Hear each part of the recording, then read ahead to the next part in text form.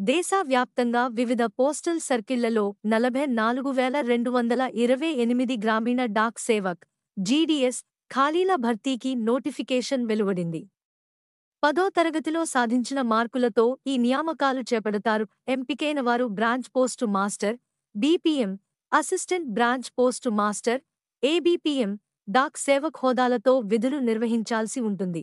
తెలంగాణలో 981 ఖాళీలు ఉన్నాయి. అర్హత: 10వ తరగతి ఉత్తీర్ణత సాధించిన వారే ఉండాలి. ఇందులో మ్యాథ్స్, ఇంగ్లీష్, స్థానిక భాష ఉండటం తప్పనిసరి. కంప్యూటర్ పరిజ్ఞానంతో పాటు సైకిల్ తొక్కటం వచ్చి ఉండాలి. వయస్సు 18 నుంచి 40 ఏళ్ల మధ్యలో ఉండాలి. నెలకు బీపీఎం పోస్టులకు రూ. 12,000, రూ. 29,380, ఏబీపీఎం డాక్ సేవక్ పోస్టులకు రూ. 10,000, రూ. 24,470 వేతనం ఉంటుంది. దరఖాస్తులు: అర్హులైన అభ్యర్థులు ఆన్లైన్లో ఆగస్టు 5 వరకు దరఖాస్తు చేసుకోవాలి.